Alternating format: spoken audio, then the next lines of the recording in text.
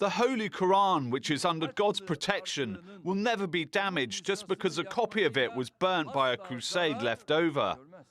अस्सलामु अलैकुम सामीन। 2 रजबुल मुरज्जब है, 25 जनवरी है। ख़बर का उन्वान है कुरान जलाने वाले मुल्क स्वीडन का सही इलाज हो गया है। इलाज कैसे हुआ है, इलाज किसने किया है और इस तरह करने से स्वीडन का क्या नुकसान हुआ है, इन तमाम बातों पर मुश्तमिल ये ख़बर है। आप पूरी ख़बर सुनें। आपको पता ही है कि कुछ दिन पहले स्वीडन में कुरान जलाने का वाक़या हुआ है। वहाँ कुछ लोगों ने मुज़ाहरा किया और ये मुज़ाहरा वहाँ की सरकार से इजाज़त लेकर किया था। उसमें कुरान पाक जला गया, अल-अयाज़ु बिल्लाह।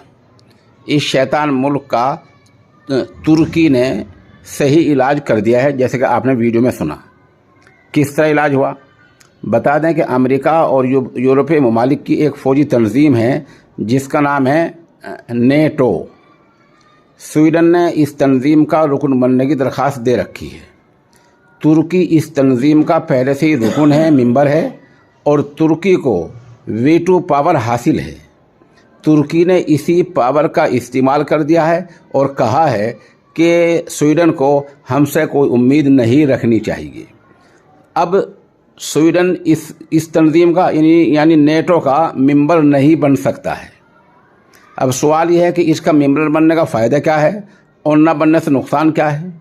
फ़ायदा यह है कि अगर कोई मुल्क हमला करता है तो दूसरे जो रुकन मुल्क हैं वो खुलकर इसका बचाव करते, वो खुलकर बचाव में आना होता है। ये तंजीम के उसूल में शामिल है, जैसे यूक्रेन के साथ हुआ है। यूक्रेन इस तंजीम का पहले से मेंबर नहीं है, अब वो अकेला मारा जा रहा है। कोई भी खुलकर उसकी यानी अपनी तुर्की के सदर उर्दुगान ने ये वादे कर दिया है कि वो इस तरह की बातों को कबूल नहीं करेंगे, बर्दाश्त नहीं करेंगे। बता दें कि शैतान मुल्क ने अब एक बयान जारी करके कुरान जलाने वाले की मजम्मत की है, लेकिन तुर्की के सदर ने इसको नकार दिया है और कहा कि इस तरह की मजम्मत करना काबिल कबूल नहीं है। बहरहाल तुर्की ने स्वीडन का सही इलाज कर दिया है।